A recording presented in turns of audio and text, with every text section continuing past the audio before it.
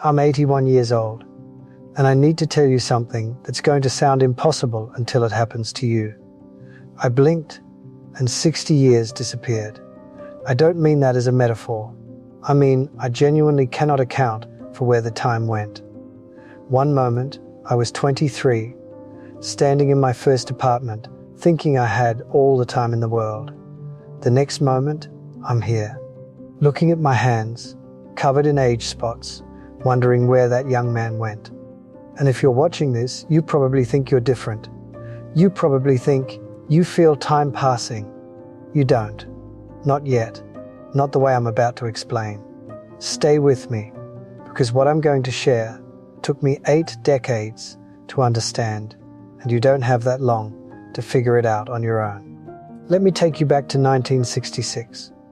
I was 24 years old, working at an accounting firm in downtown Chicago. I remember sitting in that grey cubicle, fluorescent lights buzzing overhead, thinking, this is just temporary. This is just until I figure out what I really want to do. I had dreams, you see. I wanted to write. I wanted to travel to Japan. I wanted to learn to play piano like my grandfather did. But there was always tomorrow, always next year, always when things settle down.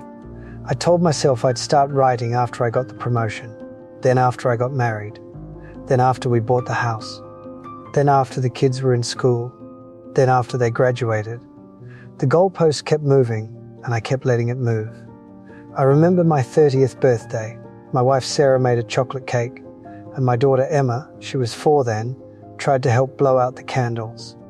I looked at those 30 candles and thought, 30. Still young, still plenty of time. I felt immortal. 30 felt like I had barely started. Then my 40th birthday came. I barely noticed it. I was busy with work. We had just taken out a second mortgage. My son needed braces. Life was happening. You understand? I was in the thick of it. Too busy living to notice I was aging. My 50th birthday was different.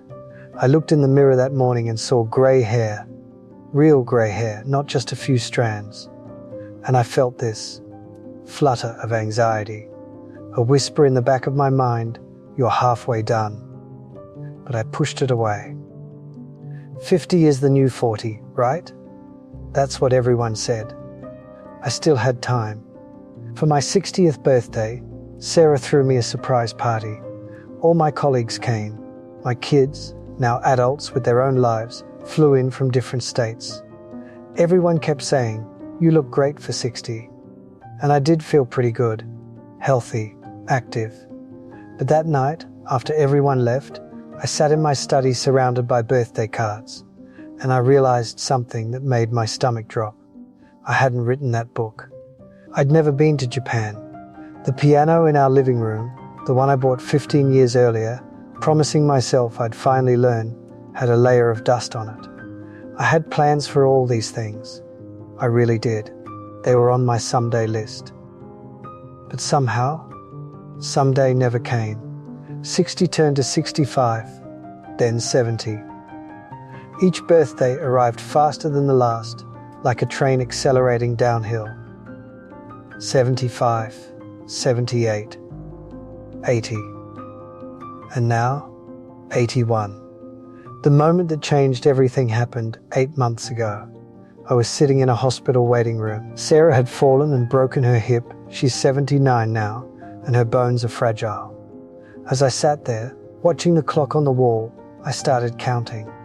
If I'm lucky, I have maybe 10 years left, maybe 15 if I take after my father. That's 3,650 days. It sounds like a lot when you say it like that. But then I started thinking about how I spend my days. How many of those days would I actually remember? How many would just blend together into a fog of routine? I looked around that waiting room and saw other elderly people, some with walkers, some with oxygen tanks. All of us sitting there, our bodies betraying us. Time finally making itself visible through wrinkles and weakened joints and failing organs. And I thought about all those years I felt young, all those decades when I was too busy to do the things that mattered. Here's what nobody tells you. Time doesn't feel like it's passing when you're in your 20s, 30s, 40s, even your 50s. It's like driving in fog. You know you're moving forward, but you can't see how fast. You measure your life in achievements and milestones, not in time. You think, I got married, I had kids, I got promoted, I bought a house. These things feel like progress. They feel like you're building something, but you're not building time, you're spending it. And the cruelest trick, the thing that breaks my heart when I think about it, is that life doesn't warn you when you're running out. There's no countdown clock, no notification that says, you're now entering the final third of your life. Choose wisely. I remember being 45, thinking 50 sounded old. Then I was 50 and 60 sounded old. Then 60 and 70 sounded old. Now I'm 81 and I finally understand. They were all young. Every single year I wasted thinking I was too old or not ready yet, or maybe next year I was young. Younger than I'd ever be again. Last Tuesday I went to Emma's house for dinner. She's 53 now. Can you believe that? My little girl who used to hold my hand crossing the street is now a grandmother herself. As I was leaving, she hugged me at the door and said, "Love you, Dad. See you soon." And I looked at her, really looked at her, and realized I don't know how many more see you soons I have left. Maybe 100, maybe 1,000 if I'm extraordinarily lucky. But it's a finite number. The counter is running. And I spent 40 years of her life too distracted to fully appreciate our time together. That night, I couldn't sleep. I lay in bed next to Sarah, 56 years we've been married, and I did something I hadn't done since I was a child. I cried, real heavy sobs that shook my chest, because I finally understood what I'd done. I hadn't lived slowly, I had lived on autopilot, and by the time I woke up, most of my life was gone. So let me tell you what took me 8 decades to learn. What I need you to understand before it's too late for you too. First truth, time is not linear. It accelerates. When you're 10 years old, 1 year is 10% of your entire life. It feels enormous. Summer vacation feels like it lasts forever. But when you're 50, 1 year is only 2% of your life. It flashes by. And when you're 80 like me, a year is barely 1%. It's gone before I realize it started. This is why old people always say, "Where did the time go?" We're not being poetic. We genuinely don't know. Decades compress into what feels like months. This happens to everyone. You cannot stop it. You cannot slow it down. But what you can do is wake up to it now, while your years still feel long. Second truth, you are living in your good old days right now. I promise you this, promise you, that 10 years from now you will look back at today and think, I had it so good then. Why didn't I appreciate it? Right now, you have energy you'll lose, health you'll miss, people in your life who won't be there forever. Your parents are aging, whether you notice it or not. Your children are growing up. Your own body is younger than it will ever be again. Stop waiting for the perfect moment. Stop thinking, I'll be happy when I get the promotion, when I lose weight, when I meet the right person, when I have more money. This is it. This mundane Tuesday afternoon, this regular weekend, this ordinary year, this is your life. And it's disappearing. Third truth, everything you're postponing to someday will probably never happen. That trip you want to take, that hobby you want to start, that person you want to reconnect with, that dream you're saving for retirement. I'm here in retirement, and I can barely walk a mile without getting winded. My hands shake too much for detailed work. My energy runs out by 3 p.m. You think you'll have more time when you're older. You'll have less. You think you'll have more energy. You'll have less. You think it'll be easier. It won't. The version of you that exists today, with your current strength, health, mental sharpness, free time. That version is the most capable version of you that will ever exist for that particular dream. Every day you wait, you become less able to do it. Not more, less. Fourth truth, your children, your parents, your loved ones, you will not have them forever. My father died when I was 52. He was 78. I always thought I'd have more time with him. I thought, I'll visit more next year. I'll ask him about his life, about the war, about his childhood. I was busy, always busy. He died on a Tuesday afternoon while I was in a meeting about quarterly projections. When I cleaned out his house, I found a box of letters he'd saved, letters I'd sent him when I was in college, full of my dreams and ideas. At the bottom of the box was a letter he'd started writing to me, but never finished. It began, "Dear son, there are things I've been meaning to tell you. I will never know what those things were. My mother is 94 now, in a nursing home. Some days she knows who I am, some days she doesn't. I visit her 3 times a week, and I hold her hand, and I tell her I love her, and I think about all the times I could have held her hand, but didn't. All the Sunday dinners I skipped because I was too tired. All the phone calls I cut short because I had other things to do.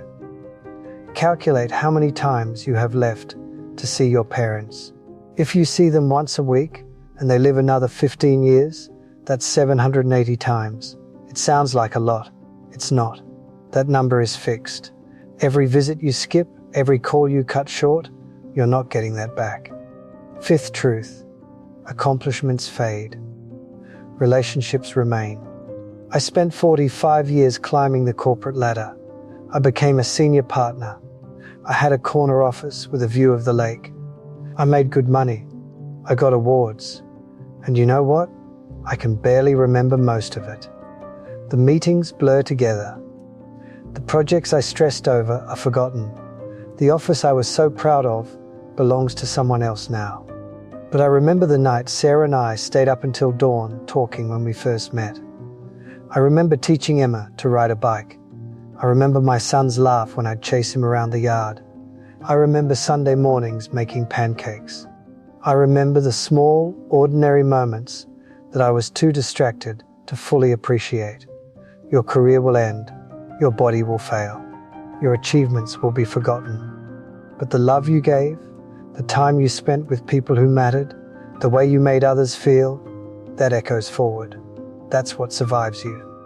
So what do you do with this information? How do you live differently starting today? If you're in your 20s, listen to me. I know you feel immortal. I know 50 sounds ancient and 80 sounds impossible. But you are burning through the years with the most energy, health, and possibility you will ever have. Don't waste them in jobs you hate, saving all your dreams for later, living for weekends. Take the trip, learn the skill, try the thing. Now, not someday. Now. If you're in your 30s or 40s, you're in the danger zone. This is when life speeds up. This is when you get caught in the treadmill. Career, kids, mortgage, obligations. You feel like you're building towards something, and you are. But don't sacrifice all of your time to the building. Your children will be grown before you process it. I promise you this. Stop checking your phone when they're talking to you. Stop being too busy for the moments that matter. If you're in your 50s or 60s, wake up. Right now. You are running out of time, and I mean that in the most literal, urgent way possible. Whatever you've been postponing, do it this year. Not next year. This year. Repair the relationships that are broken. Say the things you've been too afraid to say. Do the things you always promised yourself you'd do eventually. And if you're already in your 70s or 80s like me, I see you. I know you understand what I'm talking about. All we can do now is make peace with our choices and try to guide the young people who still have time. Here's your action plan, no matter your age. Make a list of the 5 people who matter most to you. Contact one of them today, not tomorrow. Today. Tell them what they mean to you. Identify one dream you've been postponing. Book it. Schedule it. Put it on the calendar for the next 90 days, not someday, an actual date. Look at how you spent last week, hour by hour. How much time went to screens, to distractions, to things that didn't matter. Cut that in half this week. Use those hours for something that will matter when you're my age.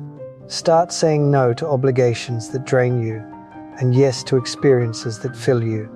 Stop living for other people's approval. They'll forget about you 5 minutes after you're gone anyway. Live for the people you love and the moments that make you feel alive. And understand this, you don't have forever. You think you do. I thought I did. Every person who's ever lived thought they did. And then one day you wake up and you're 81 and you cannot believe how fast it happened. I'm sitting in my study right now, the same room where I had that realization on my 60th birthday. The piano is still here. I finally started taking lessons 3 years ago. My fingers are stiff and I'll never be great, but I can play simple songs now. It brings me more joy than 45 years of corporate achievement ever did. Last month, Sarah and I went to Japan. It took us 30 hours to get there with all our medications and rest breaks, and I could only walk short distances, but we went. We saw the cherry blossoms. We ate ramen in a tiny restaurant in Kyoto. We held hands on a train, watching the countryside pass by. It was everything I'd imagined for 60 years, and it was almost too late. I did finally write that book. Well, most of it. My hands tire easily, so I dictate it now. I don't know if I'll finish before my time is up, but I'm writing it. Better late than never, though I wish. God, how I wish I'd started sooner. Here's what keeps me up at night, thinking about the version of my life I could have lived. The one where I woke up at 35 instead of 78, where I put my family before my career, where I took the trips and learnt the skills and said I love you more often. That version of my life existed. I could have chosen it. I just didn't. I can't get those years back. I can't redo the moments I missed. I can't have another conversation with my father or give my younger self the advice he needed. That door is closed. But your door is still open. You're watching this video, which means you still have time. Maybe decades, maybe years, maybe less than you think, but you have today. You have right now. You have this moment where you get to decide, will you live intentionally or will you sleepwalk through your life like I did? I'm 81 years old. When I started this video, I told you I blinked and 60 years disappeared. I meant it. And the most terrifying part is that it will happen to you too. Not might. Will. Time doesn't slow down for anyone. But you have something I don't have anymore. You have now. You have today and tomorrow and next week. You have the chance to make different choices than I did. To wake up before it's too late. To live like you understand that every single day is a gift you'll never get back. Don't wait like I did. Don't let another year slip by on autopilot. Don't prioritize the urgent over the important. Don't sacrifice the people you love for things that won't matter. Start today, not tomorrow, not next month, not when things settle down or when you have more money or when the timing is perfect. Today. Because I promise you, and I'm saying this with every ounce of love and urgency an 81-year-old man can muster, one day you'll blink, and it will be 60 years later, and you'll wish someone had told you this. I'm telling you now. If this message reached you, leave a comment below. Tell me one thing you're going to change.